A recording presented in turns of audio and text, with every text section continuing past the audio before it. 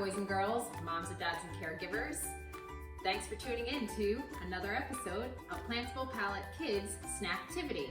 Today, we are making a Pita Bunny. We're making a bunny out of 2 mini pitas.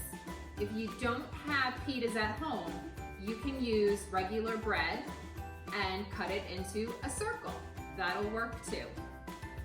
We have hummus, and hummus is filled with what?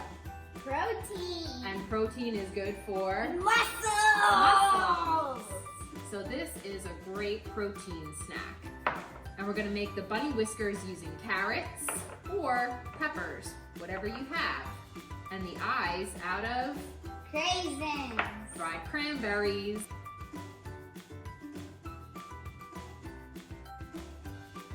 Great sources of protein include chicken, fish, turkey, lean pork, lean beef, beans, tofu.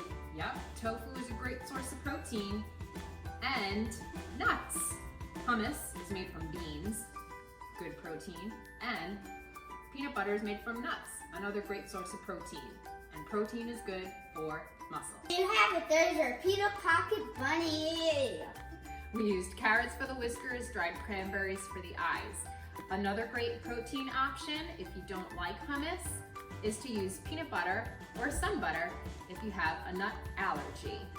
But always remember to at least try it 3 times. We have the 3-bite rule, so you never know if you might like hummus. Thanks for tuning in for Plantable Palette Kids SnackTivity.